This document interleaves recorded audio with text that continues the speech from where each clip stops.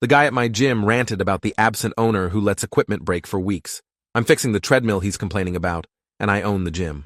I was elbow deep in the guts of Treadmill 7 when I heard Marcus Donnelly's voice cutting through the morning workout noise like a chainsaw through plywood.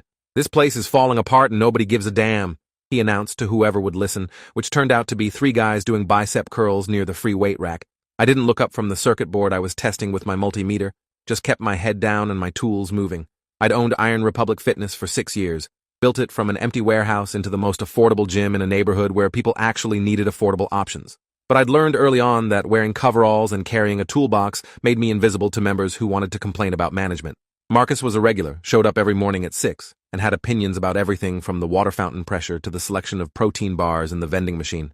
"The owner's probably some rich guy who bought this place as a tax write-off," Marcus continued, his voice getting louder as he worked himself up.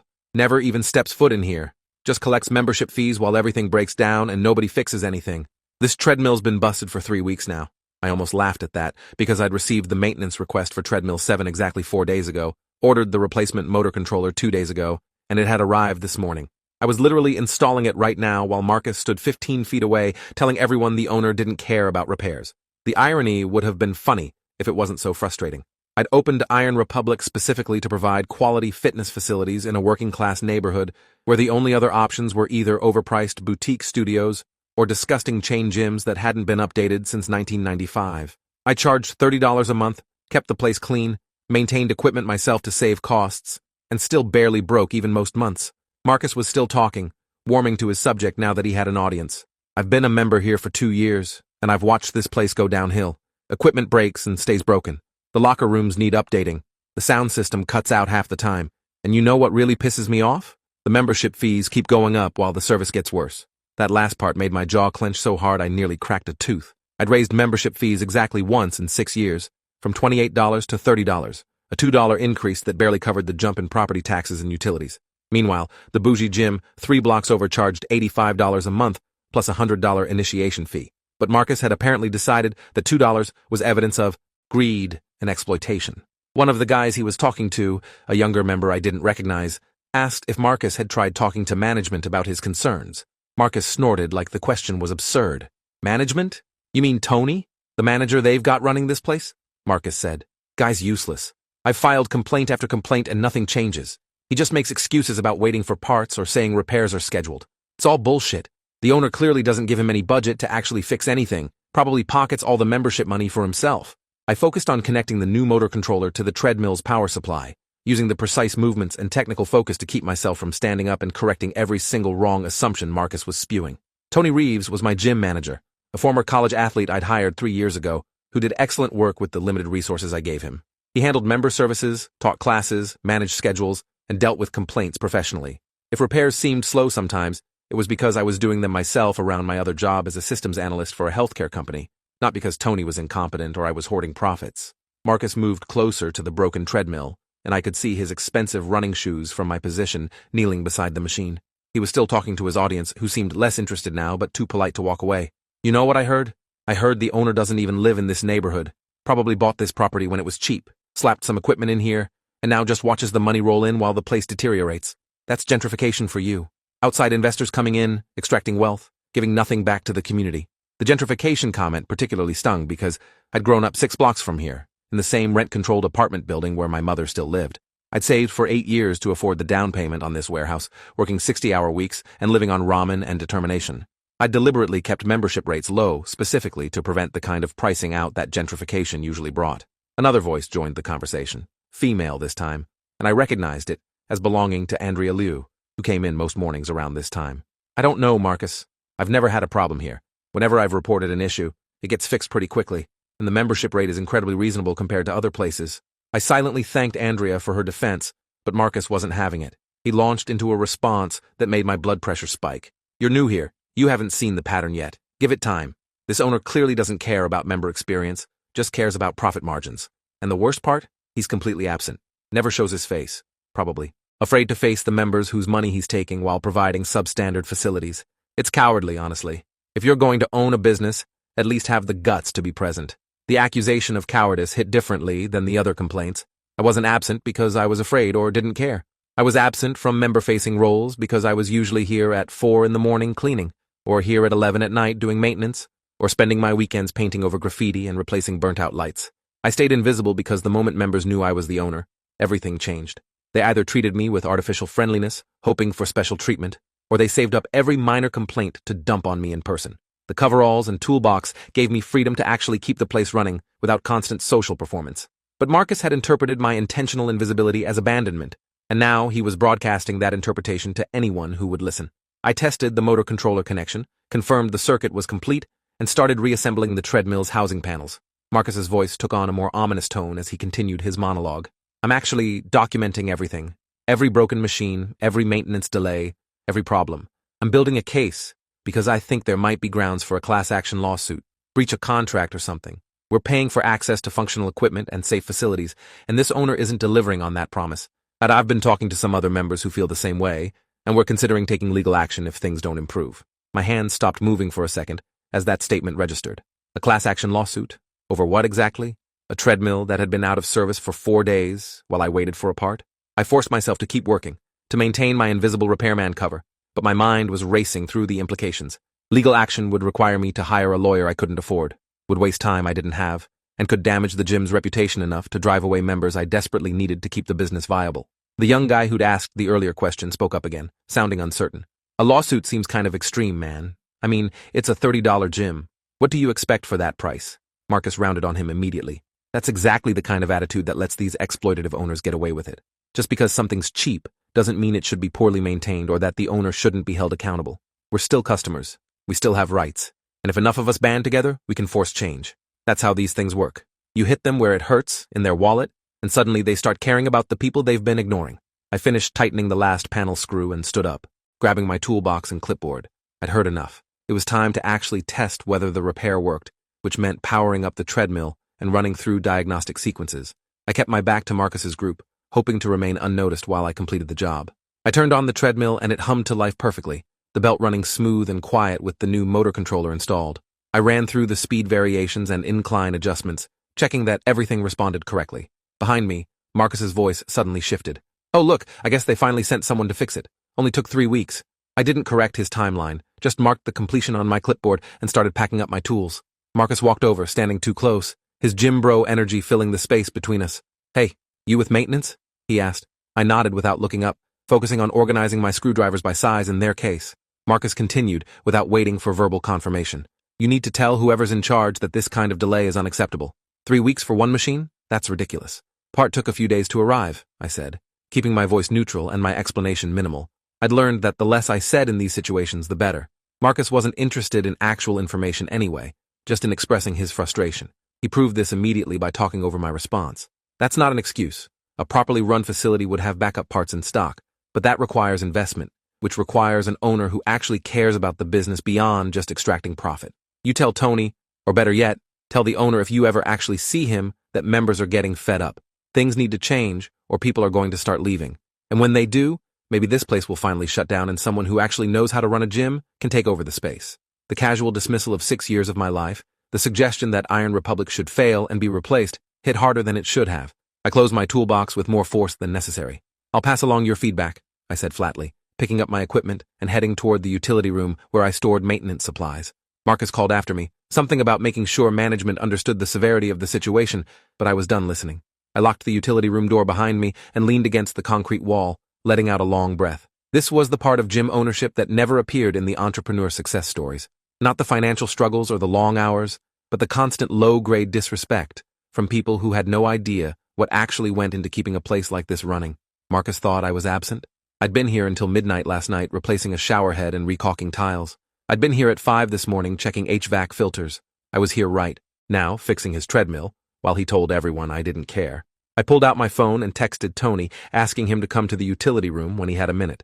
He showed up 3 minutes later, closing the door behind him and leaning against the workbench where I stored larger tools. Tony was 31, built like the linebacker he'd been in college, with an easy smile that put members at ease. That smile was absent now as he looked at my expression. What's wrong? I saw you working on Treadmill 7. I gave him the abbreviated version of Marcus's complaints, the lawsuit threats, the accusations about absent ownership and declining standards. Tony's jaw tightened as I talked, and when I finished, he shook his head slowly. Marcus Donnelly is a professional complainer. I've dealt with at least a dozen issues from him in the past year. Most of them are either exaggerated or completely fabricated. Last month, he claimed the water fountain water tasted weird and demanded we get it tested. I had it tested. Results came back perfect. He's talking about organizing members for legal action, I said. That's beyond normal complaints. That's someone actively trying to damage the business. Tony ran a hand over his shaved head, thinking, you want me to address it with him directly? I can pull him aside, explain the actual timeline on the treadmill repair, maybe calm him down before this goes further. I considered it, but shook my head. The problem with having Tony intervene was that it wouldn't actually change Marcus's fundamental assumptions about absent ownership and profit-seeking. It would just be another layer of management buffering the invisible owner from accountability. I think I need to talk to him myself, I said, as the owner. Actually make myself visible for once. Tony's eyebrows rose. You sure? Once members know you're the owner, you can't put that genie back in the bottle. Everyone's going to approach you differently. Maybe that's not a bad thing, I said, though I wasn't entirely convinced. Maybe if Marcus understood who was actually running this place and why I make the decisions I make, he'd be less likely to organize a lawsuit. Tony didn't look optimistic. Or maybe he'll just shift his complaints from an absent owner to a present owner who's still not meeting his standards. Some people are going to be unhappy no matter what you do. He had a point, but I couldn't let the lawsuit threat just hang there without response. I told Tony I'd approach Marcus myself later in the week, after I had time to prepare what I wanted to say and how I wanted to frame my ownership. Tony left to handle the front desk, and I spent another hour in the utility room doing inventory of maintenance supplies and making a list of upcoming repairs. The fluorescent lights hummed overhead while I worked, and somewhere in the background, I could hear the familiar sounds of the gym in operation. Around noon, I changed out of my coveralls and into regular clothes, preparing to head to my day job at the healthcare analytics company. This was the exhausting reality of gym ownership that Marcus would never understand. Iron Republic didn't generate enough profit for me to quit my actual job. The $30 memberships barely covered expenses most months, and the occasional profit went right back into equipment upgrades or facility improvements. I worked 50 hours a week as a systems analyst, then spent another 30 hours a week on the gym, sleeping maybe 5 hours a night, and wondering periodically if I was slowly killing myself for a business that might fail anyway. But every time I considered selling or closing Iron Republic, I thought about the members who couldn't afford the fancy gyms, who needed a clean, safe place to work out without spending half their paycheck on membership fees. That kept me going, at least most days. I was halfway to my car when I heard someone calling my name. I turned to find Andrea Liu jogging to catch up, her gym bag slung over her shoulder. She stopped a few feet away, slightly out of breath. Hey, I wanted to apologize for Marcus this morning. He was way out of line with all that complaining, especially right in front of you while you were fixing the equipment. I must have looked confused because Andrea clarified, You're the owner, right? I recognized you from the business license posted by the front desk. Your photo's on it. So much for staying invisible. I admitted that yes, I owned the place, and Andrea's expression shifted to something like vindication. I knew it. The way you were working on that treadmill, the attention to detail, I figured you had to be more than just a maintenance contractor. Most members don't notice, I said. That's kind of the point. I can get more work done when people don't know who I am. Andrea nodded slowly, processing this. So you heard everything Marcus said this morning about the absent owner and the lawsuit threats. I confirmed I had, and Andrea looked uncomfortable. For what it's worth, I think most members don't feel the way Marcus does. I've been coming here for 6 months, and I've always been impressed with how well-maintained everything is, especially for the membership price. I checked out 4 other gyms before joining here, and they were all either way more expensive or actually kind of gross. This place is a good balance.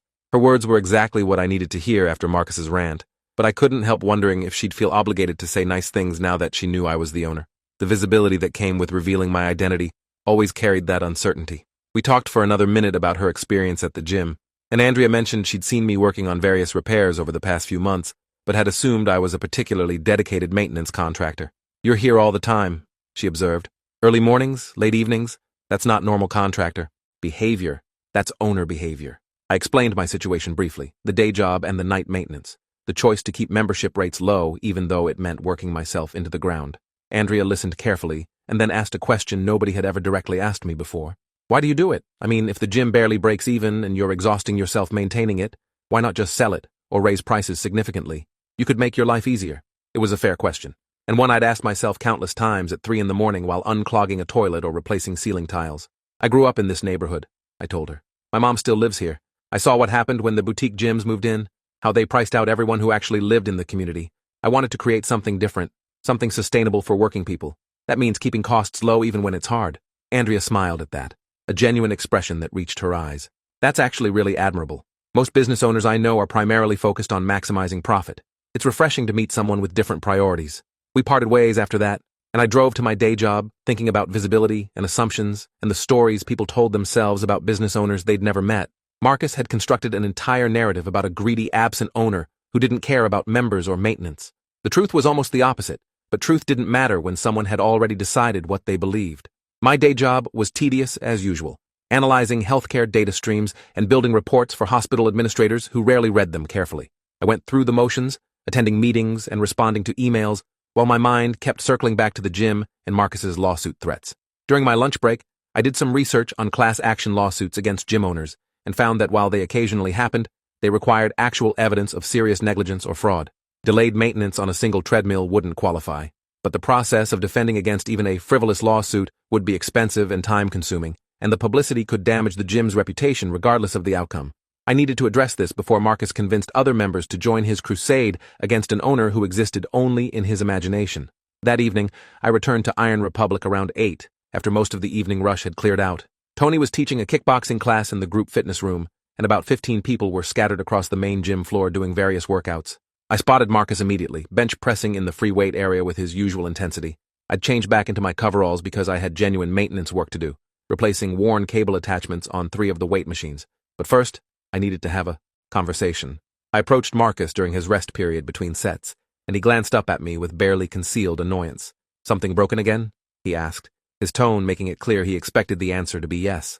I set down my toolbox and introduced myself properly for the first time, extending my hand and giving my full name along with my role as the gym's owner. Marcus's expression went through several rapid changes: confusion, disbelief, embarrassment, and finally something that looked like defensive anger. He didn't shake my hand.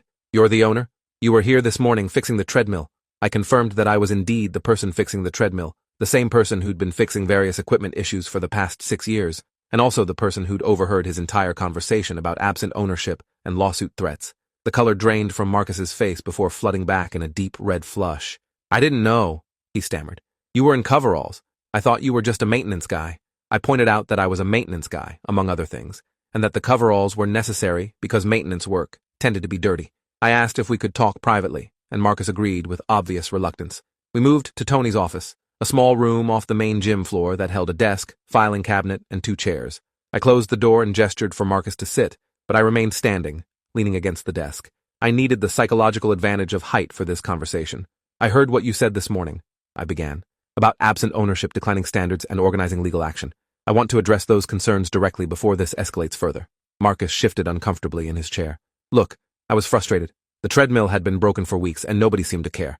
I didn't know you were actually working on it." I pulled out my phone and showed him the maintenance request system, scrolling to his report about Treadmill 7. "You submitted this request 4 days ago, not 3 weeks. I ordered the replacement part within 6 hours.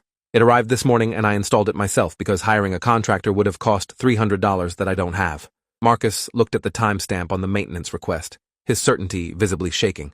"It felt longer than 4 days," he said weakly. I nodded. "I'm sure it did, especially if Treadmill 7 is part of your regular routine. But feelings aren't facts.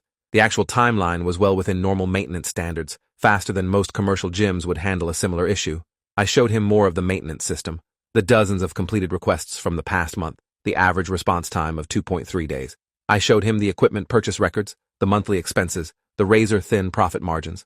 I walked him through the financial reality of running an affordable gym in a neighborhood where most people couldn't afford $80 memberships. Marcus's defensive anger was crumbling, replaced by visible discomfort as each assumption he'd made was systematically disproven. "You said the membership fees keep going up," I continued. "We've had one price increase in 6 years, $2 per month, specifically to cover increased property taxes. Meanwhile, inflation has increased my operating costs by about 18%, which I've absorbed rather than passing on to members. The boutique gym 3 blocks over charges $85 a month. The chain gym on Madison charges $60 with a mandatory annual fee of $200. We charge $30. No additional fees, and I personally clean the bathrooms every morning before my day job because I can't afford to hire additional cleaning staff." Marcus was staring at his hands now, unable to maintain eye contact. I pressed forward, needing him to understand the full scope of his misconceptions. "You said I'm an outside investor extracting wealth from the community. I grew up 6 blocks from here. I saved for 8 years to buy this building. I worked 2 jobs to keep this place running so people in this neighborhood have access to affordable fitness facilities." "I didn't know," Marcus repeated, his voice barely above a whisper. I sat down in the other chair, reducing the confrontational energy slightly. "You didn't know because you never asked. You constructed an entire narrative about who I was and what my motivations were without ever attempting to verify your assumptions. And then you started broadcasting that false narrative to other members and threatening legal action based on nothing but your own frustration and imagination. Marcus flinched at that assessment. I was angry. The equipment issues, they seemed like a pattern of neglect. I pulled up more records on my phone, showing him the maintenance history for the entire gym. In the past year, we've had 12 equipment malfunctions across 35 machines. That's a failure rate of less than 3%, which is actually excellent for a facility this size and age. Every single malfunction was addressed within 1 week, most within 3 days. That's not neglect, Marcus. That's effective management with limited resources. The silence stretched between us for a long moment before Marcus finally looked up. I feel like an idiot, he admitted.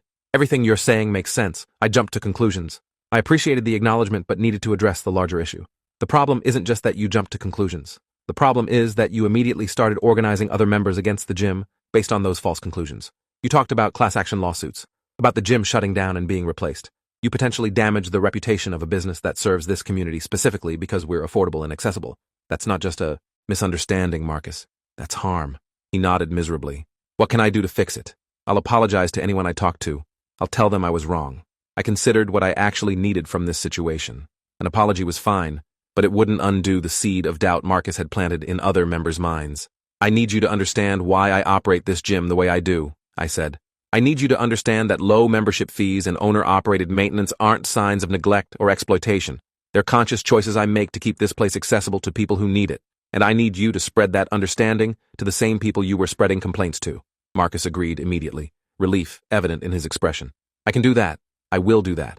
I'm sorry. I really am. I believed his sincerity, but I also knew that Marcus's fundamental personality traits hadn't changed. He was still someone who jumped to conclusions and broadcasted opinions as facts. That tendency would resurface eventually, just about different topics. I needed to establish clear boundaries about how he engaged with other members going forward. If you have concerns in the future, you bring them directly to Tony or to me. You don't organize members or make accusations without verifying facts first. Can you commit to that? Marcus committed to those terms, and we wrapped up the conversation with a handshake that felt more genuine than the refused one from earlier. I left him in the office and returned to my actual work, replacing the worn cable attachments while processing everything that had just happened. The confrontation had been necessary, but it left me feeling drained rather than vindicated. This was the exhausting reality of visibility as an owner. Every decision scrutinized, every delay interpreted through whatever narrative members had constructed in their heads. Part of me wanted to go back to being the invisible maintenance guy who could just focus on keeping equipment running. But that option was gone now. Andrea knew who I was, Marcus knew, and word would spread through the gym community within days. The dynamic had permanently shifted. I finished the cable repairs around 10 and did a final walkthrough of the facility, checking that everything was secure for the night. The gym was empty now, except for one woman doing yoga stretches in the corner. I recognized her as Claire Novak, a schoolteacher who'd been a member for about 4 years. She waved as I passed, and I waved back, wondering if she'd heard any of Marcus's complaints, or if she'd soon hear about the owner revelation. The thought made me tired. I locked up the gym and drove home to my studio apartment, where I ate a reheated dinner and fell into bed without bothering to shower first. Sleep came quickly, the exhaustion of 2 jobs and emotional confrontations finally catching up with me. I dreamed about treadmills that kept breaking no matter how many times I fixed them, about members who filed endless complaints while I worked invisibly to address their needs. The next morning, I was back at Iron Republic at 5, cleaning the locker rooms before the early morning crowd arrived. This was my routine, the invisible labor that kept the gym functional and pleasant. I scrubbed toilets, mopped floors, wiped down mirrors, restocked soap and paper towels. Around 6, members started trickling in for their pre-work routines, and I slipped into the utility room before too many people could see me in my cleaning role. This was the challenge of visibility. Members who knew I owned the place would be uncomfortable seeing me scrubbing their toilets, would maybe feel awkward about the class dynamics of wealth and service. But the toilets still needed scrubbing, and I still couldn't afford to hire additional staff to do it. I changed from cleaning clothes into my work clothes and headed to my day job, arriving at the office by 7:30 for another day of healthcare data analysis. Around lunchtime, Tony called my cell phone with an edge of concern in his voice. "We have a situation. Can you come to the gym?" I asked what kind of situation, and Tony hesitated before answering. Marcus Donnelly is here with about 8 other members. He called an impromptu meeting in the group fitness room to talk about gym management. I think he's actually following through on what you asked, trying to correct his previous complaints, but it's getting kind of intense. I told Tony I'd be there in 20 minutes and hung up before my boss could see me taking a personal call during work hours. I grabbed my keys and headed out, texting a vague excuse about a family emergency to my supervisor. The drive back to the gym felt longer than usual, my mind racing through possible scenarios. Was Marcus actually trying to correct his false narrative, Or had he rallied other members to join his crusade despite our conversation? I arrived at Iron Republic to find the group fitness room packed with about 15 members, not 8 like Tony had said. Marcus stood at the front near the mirrors, gesturing emphatically while people listened with varying degrees of interest. I slipped in through the back door, staying near the wall where I could hear without immediately drawing attention. Marcus was mid-sentence when I entered. And I completely misunderstood the situation. The owner isn't some absent investor who doesn't care. He's here constantly, doing repairs himself, working around the clock to keep membership fees low. I was wrong about basically everything I said yesterday. A woman in the front row raised her hand. I recognized her as Bethany, a nurse who worked night shifts and came to the gym in the afternoons. So there's no class action lawsuit? You're saying the gym is actually well managed? Marcus nodded emphatically. The maintenance response time is actually better than industry standard. The equipment failure rate is exceptionally low. The owner showed me all the data. Another voice spoke up, male this time, from someone I didn't recognize. But you said yesterday that things were falling apart, that the owner was pocketing profits while the facility deteriorated. Now you're saying the opposite. Which is it? Marcus looked uncomfortable but pushed forward. Yesterday I was operating on assumptions and frustration rather than facts. I had a long conversation with the owner last night and he showed me the actual maintenance records, the financial situation, everything. I was wrong. I'm trying to correct that now by being honest with all of you. The skeptical member wasn't satisfied. This feels like damage control. Did the owner threaten you with something? Are you walking back your complaints because you're worried about getting kicked out? Marcus shook his head firmly. No threats, no coercion. I genuinely learned information that changed my understanding. Look, I know I'm usually the guy complaining about stuff. I have strong opinions and I voice them loudly, but I'm also capable of admitting when I'm wrong. Bethany spoke again. I'd actually like to hear from the owner directly. Marcus, you're telling us your perspective changed after talking to him, but I'd rather form my own opinion based on primary information. Several other members murmured agreement, and I realized this was the moment to step forward. I moved from the back wall toward the front of the room, and Marcus spotted me immediately, relief flooding his face. He's actually here, Marcus said, gesturing toward me. This is the owner. He can explain better than I can. All eyes turned to me, and I felt the familiar discomfort of being the center of attention. But I'd chosen visibility by confronting Marcus last night, and this was the consequence of that choice. I introduced myself to the group, giving my name and confirming that yes, I owned Iron Republic and had for the past 6 years. I also mentioned that I'd been the one fixing the treadmill yesterday morning while Marcus had complained about the absent owner 15 feet away. That detail got some laughs and broke the tension slightly. I spent the next 20 minutes walking through the same information I'd shown Marcus. Maintenance records, financial realities, the conscious choice to keep membership fees low, even when it meant working 2 jobs and doing repairs myself. I answered questions about equipment replacement schedules, expansion plans, and future membership rate changes. I explained the property tax increase that had triggered the $2 rate adjustment, showed them the actual tax documents on my phone. I was radically transparent in a way I'd never been before, pulling back the curtain on every aspect of gym operations because these members deserved to understand what they were actually supporting with their membership fees. Bethany asked about profit margins, and I gave her honest numbers that made several people's eyebrows rise. You're basically breaking even? This is more like a community service than a business? It's both, I said. It's a business that serves the community, which sometimes means making choices that don't maximize profit, but do maximize access and sustainability. A younger guy in gym shorts and a tank top raised his hand. Why not raise prices to a more sustainable level? Even $40 or $50 would still be cheaper than other gyms around here, and it would give you breathing room. I'd wrestled with this question countless times, because the people who need affordable fitness access the most are the ones who notice the difference between $30 and $40. That $10 increase might seem minor to some of you, but for families on tight budgets, for students, for people working minimum wage jobs, it's the difference between membership being possible or impossible. I started this gym specifically to serve those people. Raising prices would undermine that mission.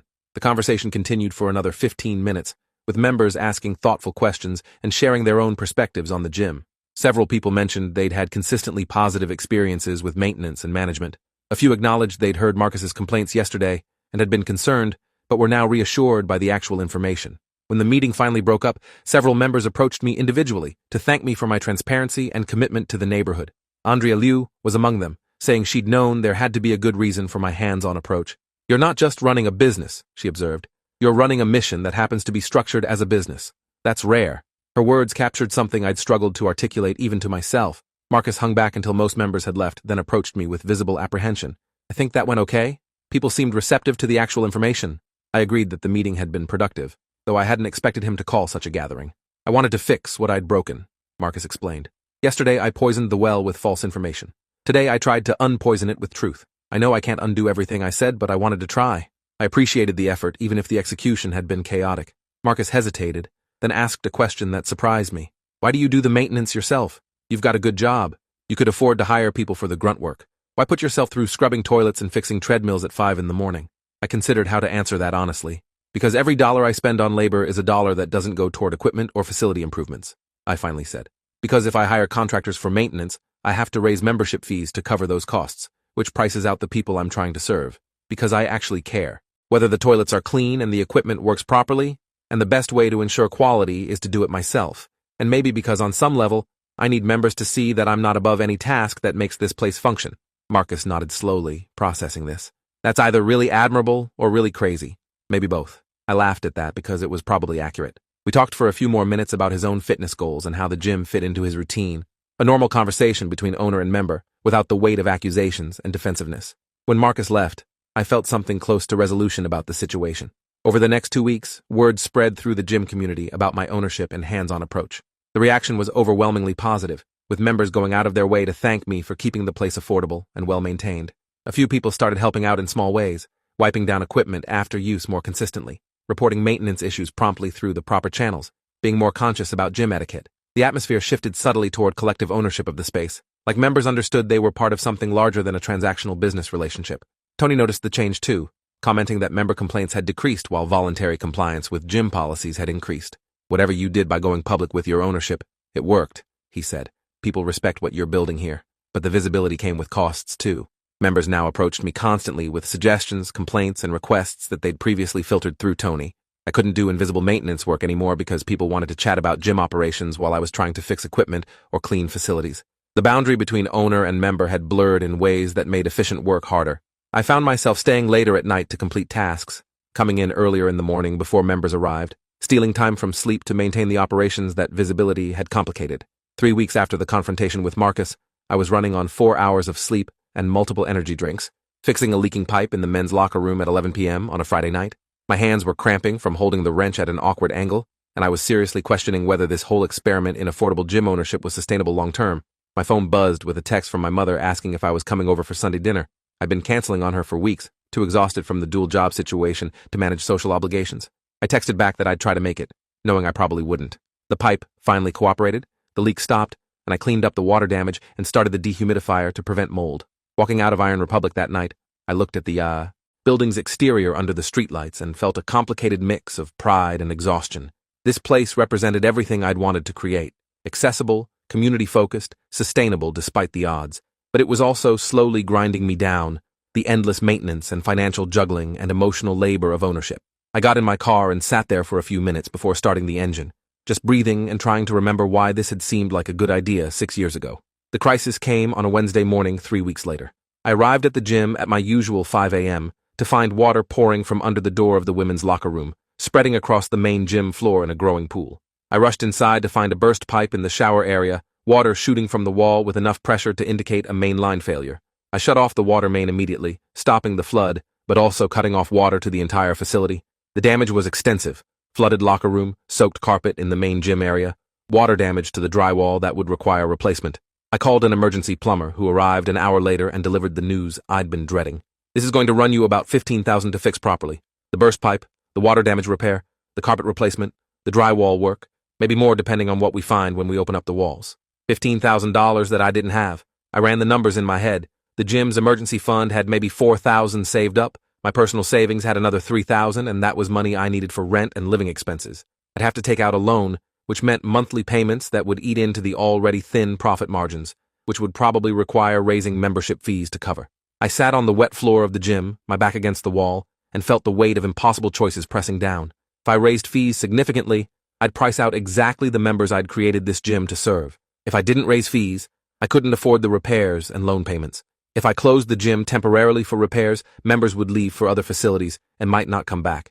Every option led to some version of failure. Tony arrived for his shift and found me sitting in the flood damage, the plumber measuring and documenting in the background. "Oh no," Tony said quietly, taking in the situation. "How bad?" I told him the estimate, watched his face fall. "That's not sustainable. Even with a loan, the monthly payments would kill our margins." I nodded, not trusting myself to speak without my voice breaking. Tony sat down next to me on the wet floor, both of us staring at the water-damaged gym that represented 6 years of work and sacrifice. "What are you going to do?" he asked. I didn't have an answer. The practical side of my brain was already running through options. Take out the loan, raise fees by $15 per month, hope most members stayed despite the increase. The emotional side was grieving the loss of the original mission, the affordable access that had been the whole point. I need to call an all-member meeting, I said finally. Explain the situation, let them know fees are going up significantly or the gym closes. Give them the choice about whether they want to stay. Tony suggested crowdfunding as an alternative, but I shook my head. These are working-class people. I can't ask them to donate money on top of membership fees to fix a pipe burst. That's not their responsibility. We spent the rest of the morning coordinating with the plumber, documenting damage for insurance claims that probably wouldn't cover everything, and posting notices about the temporary water outage. Members arrived for their morning workouts and had to be turned away because without functional showers or water fountains, the gym couldn't safely operate. I stood at the entrance explaining the situation over and over, watching frustration and concern cross people's faces as they absorbed the news. By afternoon, I'd scheduled an all-member meeting for Friday evening, sent emails and posted notices throughout the gym explaining the situation and the need for important community discussion. The insurance adjuster came Thursday and confirmed my fears.